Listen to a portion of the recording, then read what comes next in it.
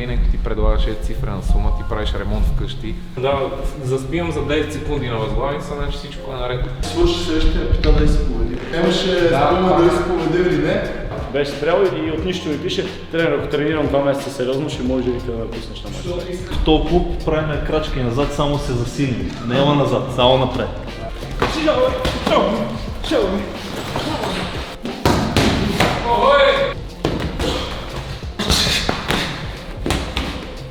Хайде 30 секунди, дай, може. Давай на. Папа, закави си. И здраво!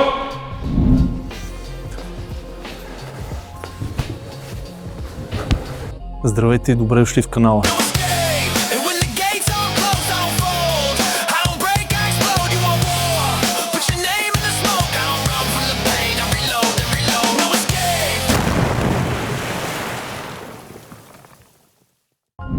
Преди да започнем с първи епизод, искам да ви се представя. Казвам се Васил и създадох No Escape още през 2019 година. Първите ми 2 клипа на бойна тематика обаче бяха през далечната 2010-2011. Тогава с една стара камера записах 2 от вътрешните спаринги на тогавашния най-голям клуб по Muay Thai в България, именно VIP Ring, зад който седеше Кирил Пенджуров. Ако ви е интересно да ги видите, ще ви оставя линкове в описанието. И така обратно през 2019 година, когато започнах да снимам подалите нашите бойци.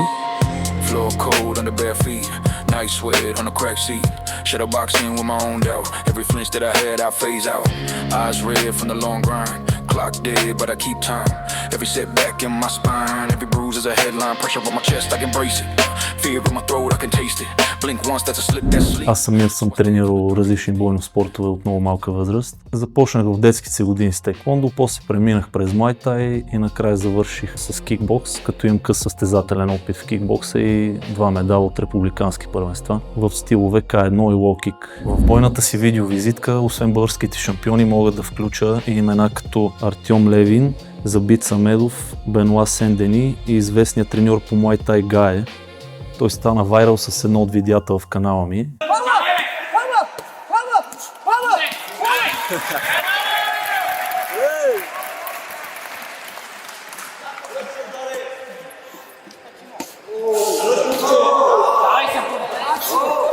Други интересни видеа, които съм правил и може би някои от вас са гледали, са тези от турнира по бокс в Централния софийски затвор.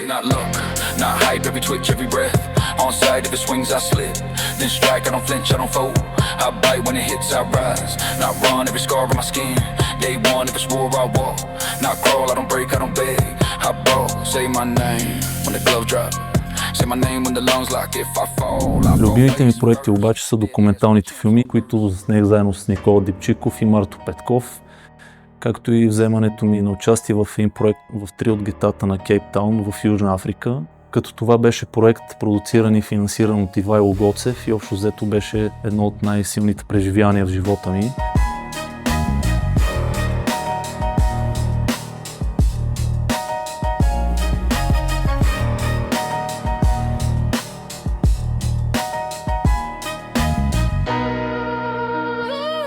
Тогава с нашата боксьорка Джоана Нуамеруе прекарахме 3 месеца в Южна Африка, като тя беше втори водещ на сериите, аз съответно бях там да снимам. Тогава разговаряхме с много интересни хора и видяхме начина им на живот, както и чухме истории, които до сега ни се бях стрували единствено като от филм, но за това в следващия епизод. Документалните филми реално се съдържат част от идеята, която седи и зад канала, а именно да показвам спорта през призмата на приятелството и уважението, да показвам хора и характери, които са изградени именно в залите, които служат като пример за обществото, защото в днешно време подобни характери са изключително нужни. Нека се върнем към епизода. В него участие взимат Оги, така познат като Fire, и Марто Петков, който е един от най-добрите Muay Thai бойци на България, както и Сашо Марков, който е бивш боец. Общо взето с Оги и Сашо се познаваме още от залата на VIP Ring. Идеята беше да се събереме и да потренираме като в доброто старо време, като също исках да взема и някой представител на новата генерация, която да участва, именно Марто Петков, който е страхотен пример за подражание на младите. Събрахме се, поговорихме си за старите времена, разискахме различни така наболели теми за обществото и направихме една здрава тренировка. Стига толкова с обясненията, време е за екшън. Оставам ви с първи епизод в канала. Ако го харесате, сте добре дошли да се присъедините към канала.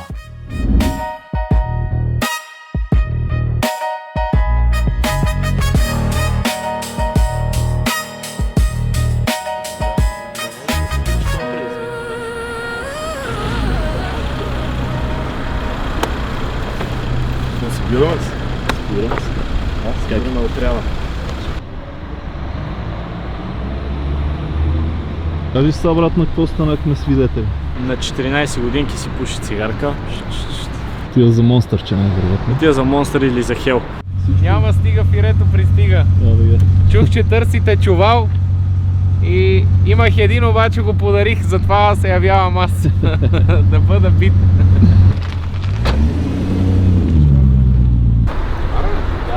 Ама да, със това. Как са, брат? Старата школа. Трябва да има малко олдскул файтери, нали знаеш? Верно.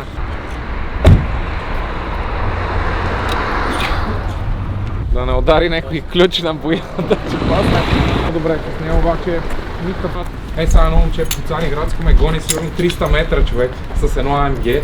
Снима сторита, сваля прозорец. Най-якото BMW. В смисъл има тая емоционалната. Реално такова BMW може да си вземеш за 9000 лева от мобилето. Това е чисти стикерната писта.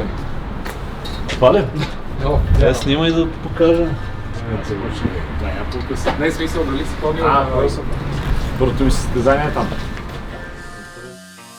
Jaw clench, rust on the tongue, I'll vent. Concrete halo hanging on my neck, that stress. Whole block baptized in the gutter in the rent. Every maybe turned to never, so I caught my own intent. Boot prints on my back from the years I tried to please. Now I walk with a drag in my steps, still I never drop the knees. Cold world in the cracked phone screen, scroll, trying to find some peace.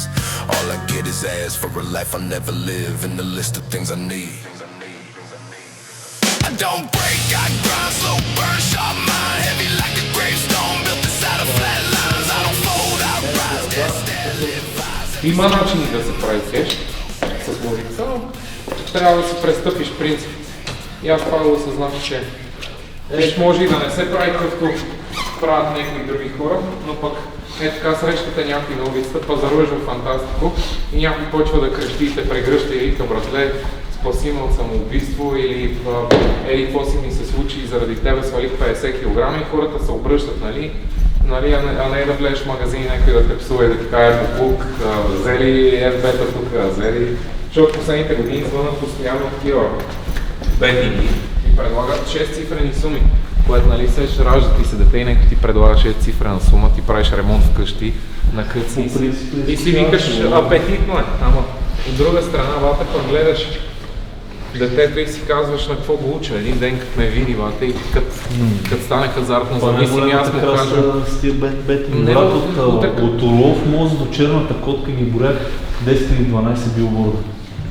Брат, вика, то много яко да си боец, като имаш спонсор, вика, по 20-30 хиляди на месец. И само си тренираш и вика, и си хапваш. Вика, си правиш кет. Брат, истината е, че отпускаш става, като приемеш, нали, файра на стола в България, спреш да се чувстваш длъжен да им обясниш на хората. За мен е прием, не знам, че никога няма спрат да си мисля, че съм наркоман, че съм дилър, че съм лицемер. Всеки неща си мислят хората. Важното ми е, брат, аз като заспивам вечер, как се чувствам, да, заспивам за 10 секунди на възглавница, значи всичко е наред. Ако се върта един час, значи нещо не е наред. Трябва да се покая, да се оправя с... Между мене и Бог, на хората нищо не им дължиш, брат. Сега е. Да, наистина би по принцип. Да. Обаче беше някакъв много тежък двубой. И после свърши среща и ме пита да се поведи. Това знаеш къде беше? Нямаше спомен дали се поведи или не, а беше победил. Викам: да, това много добре се прави. Ама тогава беше много малко, да, си беше малко. И аз играх с един от залата на Бад Сербо, някакъв бургазли, един назовен беше такъв, ма нисък, набит. И той беше на 75 и аз на 75 кг. Обаче аз скини фат, в смисъл никакво тяло, разбираш. И той излизаме, Киро беше рефер на срещата, Пенджуров, да, и то излиза, явно се беше назубил, защото такъв... И излизаме и той идва към мен и такъв: така, и само прави така. Някакви такива като каратистки и някакви. И аз се сдухах, брат, първата секунда, защото викам, брат, това е физически чисто, викам, брат, това е назовен, нали, това и яко удряше. И Киро само отиде и вика, какво крещиш, бе? И аз само Киро, като му кажа, какво крещиш, бе? Аз викам, сега там, викам, не мога. Да, и реално той ми набия една десна в брадата. Явно аз тогава съм изключил. От тази десна в брадата не помня нищо, слизам от ринга. Тебе и...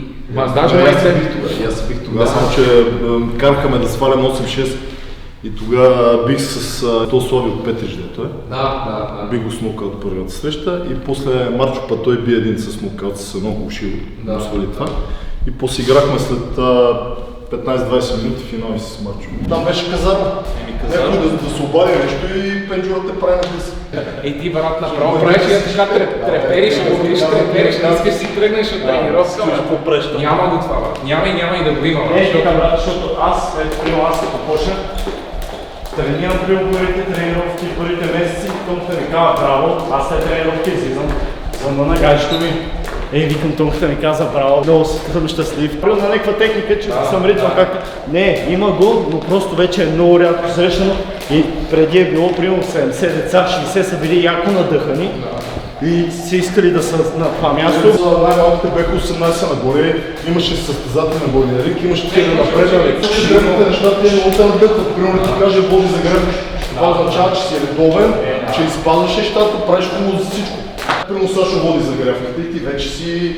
Ти води загрявката и само кажеш, абе 10 литри всички! Ти се чувстваш човека, да видиш. Ще си правила си изключение, защото нали, който не ти е гледал филма, мога го изгледа в YouTube. Който е направен от него, така? преди години. Да. Ами реално, брат, твоята история е една от различните на масата поколения. Масата поколение, брат, не казвам, че е лошо, слава Богу, че имат такава среда. Стават сутрин, телефон, имат iPhone, хубави дрехи, мама и тата ги карат на училище, учат в хубаво училище, нямат проблеми, нямат нали, пререкания. Докато едно време, примерно, аз помня, ставам, качвам се в 7-6, още в рейса, някакъв възрастен човек ме блъска или ме настъпва и вика, внимай бе, малък. Ти се чувстваш микроб, разбираш ли, от цялата среда, влизаш в училище, тръгваш да се катериш, поглеждаш някой голям в очите, тупаница в корема, какво ме гледаш бе, малък. И ти се чувстваш, че трябва да се доказваш, а сега го няма. Сега, нали, това, че всеки има ценността на личността издигнато на пиедестал и вече го няма това доказване. Всеки е достоен, окей, ама не на всяко място. Ти си достоен на улицата като човек, нали, да не мине някой да те наплюе, да те напсува, ама като си в залата не си достоен. В залата си достоен, като покажеш тия качества, да ги каза той. Беше спрял и от нищо ми пише, тренер, ако тренирам 2 месеца сериозно, ще може да ме пуснеш на матч. Защото иска да е човек, иска да е ти, разбираш? А не, това е идеята, брат. Ти трябва толкова много да обичаш нещо, което правиш. Всеки идва и казва, искам като тебе. Викам, бата, аз не съм въобще стандарт, разбираш, ти може да си пъти по-добър от мене. Да. Ама това е най-големият проблем, ние с Марко, това си говорихме. Монетизирането на хобитата. Всичко трябва да се монетизира, брат, виж. Кефиш се да готвиш, дай тук да слагам едно телефонче, да пуснем един стрим, да пуснем един курс, да се купат как да направят кекс, бата си влезеш в Google, ще видиш как да направиш кекс. Мисля, не ми трябва да... Чувстваш баба ти да тема не си е чула жената от 2 години. Всичко трябва да се монетизира, брат, и то това е проблема, че хората не разбират, че нещата, които ти правиш, нали, с кеф и с това, не е нужно дори да ти носят пари. Нужно е просто да има позитивен ефект върху хората. Марто си има на плажа, аз не го познам, той беше на кемпа на Тони, на Созопол. И някакво момче идва и ми вика, абе брат, ти си толкова и прави тия видеа, нали, екшен? Викам, да, аре да направим нещо, аз съм много надъхан, аз ще стана най-добрия боец. И аз първата ми мисъл идиотска е, то малък филмар, ама после сещам за тебе, брат. Веднага сетих за тебе, защото ние тогава ходихме в един сектор на мачове. Аз не знаех, че ти си от залата и ти беше така най-предприемчив от вашата групичка. И идва някакъв малък и ми вика, какво става? Аз викам, нищо, викам, познаваме си. И ти, да, аз съм от залата, Оги. Не сме се познали, защото са били 60-70 човека на тренировка. И по същия начин и ти идваш, братле, така ми се представиш да кажеш нещо, нали, не че аз съм някакъв фактор, просто да се запознаем. Ти си по-голям от мен. Еми, доста по-голям съм от тебе. Въпросът е, че ме изкефи, че аз тогава си дал сметка към то пич, защото така го е решил от само 17 години беше тогава. 16-17, викам, защото го е решил така, че му направи цял филм, че го надъхва. Твоята убеденост, че ще станеш такъв, те тласка към това да бъдеш наистина един от най-добрите и в момента си един от най-добрите. Да, и хора, които да ми повярват, защото ние сме големи, той е бил на 15, аз съм бил на 23, сега се разликата е голяма и той си казва, тук е един от големите, примерно. По същия начин, когато имаш тази увереност, това те духа напред и другите хора не вярват в теб. Така че това е много важно качество и много така ми сходно ми дойдоха тия две запознанства. И нещата ни се прибират като детство. Той много подобно и към мене подходи, като се запознахме в началото на залата. Дойде така запознат, сподели ми някакви неща, нали, по-лично. Да, точно това си го беше направил. Ако си е фен, да, като си е фен. Буквално имаме матчинг татус. Мачите ли? Да. Жената имаш ли? Имам. Имаш? Добре, имате ли матчинг? Татуировка. Значи мога да завижда. Мога да завижда, имат свидетели. Тогава ти като си ми казал тази твоята история, аз като съм те изслушал, брат, ти на мене си ми дал нещо, дал си ми повод да мисля над някакви неща. Ето ли имаме едно време правиме чувал и някой Киро, като го види, примерно Педжуров, като го види, че се раздава на чувала, аз обаче да е бил вял и отия само вика, чувала го удръжа, Ринго вика не пускаш удари, ама чувала не връща, чувала не връща. Аз съм го запълнил, дет се качва на ринга и вика в този клуб правим крачки назад, само се засилим. Няма назад, само напред.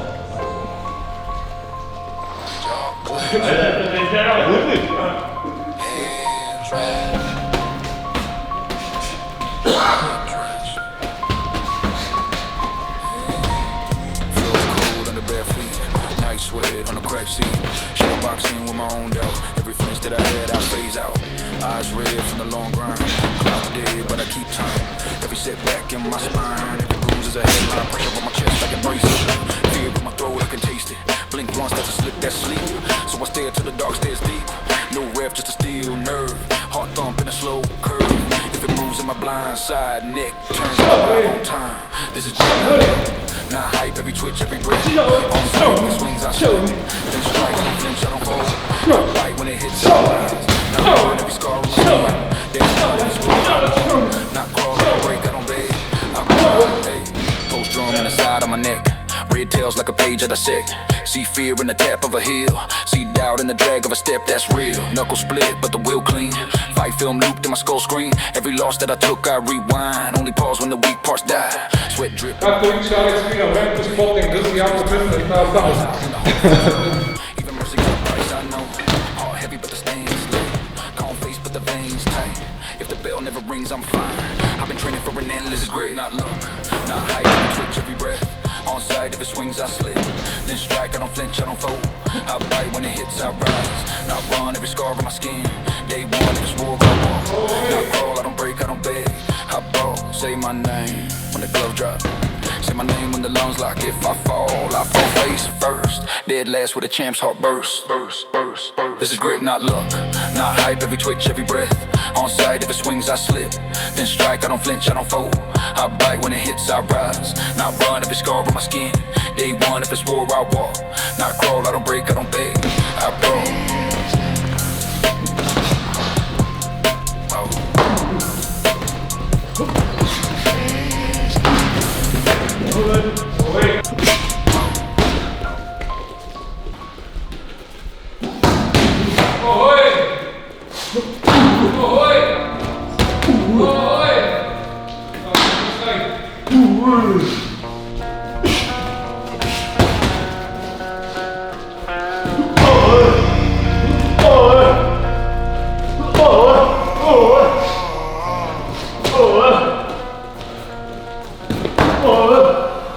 Jaw locked, blood in my teeth, sweat cold, all tucked in the sleeve. I don't talk much, eyes do the speech. Every scar on my skin got a reach. Small room, big weight on my chest. Every doubt that I had laying dead on the mat. I've been training in the dark where the air smell of rust, where the floorboards creak like they learn in the trust. Hands twitch, I can feel every nerve, every feint, every step, every inch that I earn. I don't pray for a break, I just sharpen the edge if it comes.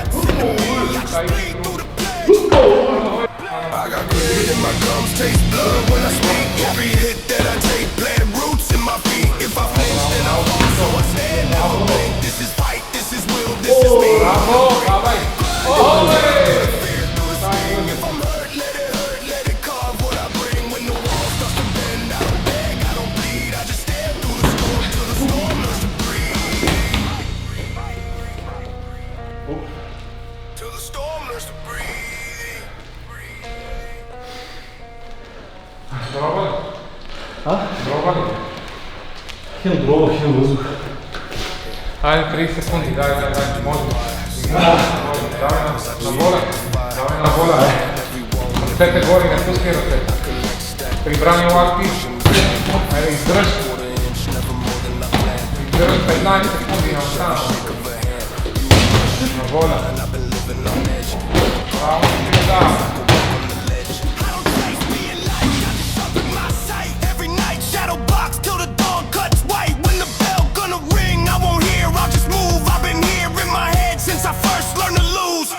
I got grit in my gums, taste blood when I speak. Every hit that I take, plant roots in my feet. If I flinch, then I fall, so I stand, never blink. This is fight, this is will, this is me on the brink. Grind in my teeth through the fear, through the sting. If I'm hurt, let it carve what I bring. When the wall starts to bend, I don't beg, I don't bleed. I just stand through the storm till the storm learns to bleed. Till the storm learns to bleed.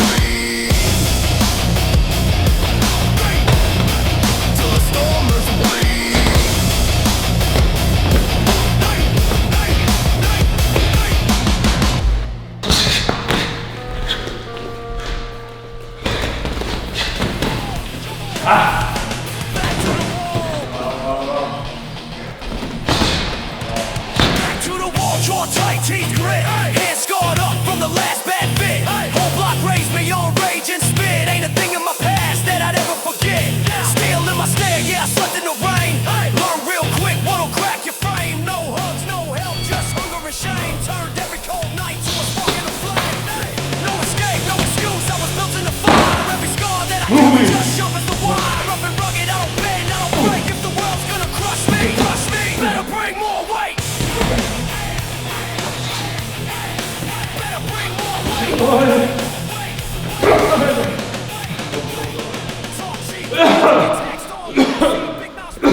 Хапани за кавици. Издров!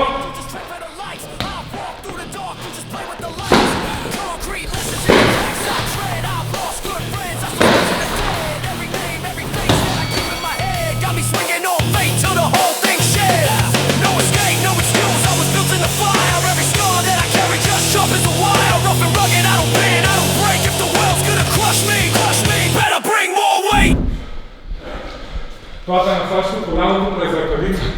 Направо. Оставаш позиция, аз тук мога да работя много. Едно време това прак съм. Яко клинче.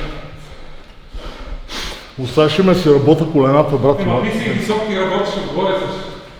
Работиш лакти как си искаш. Като фанеш през кръста, нека да си по-висок.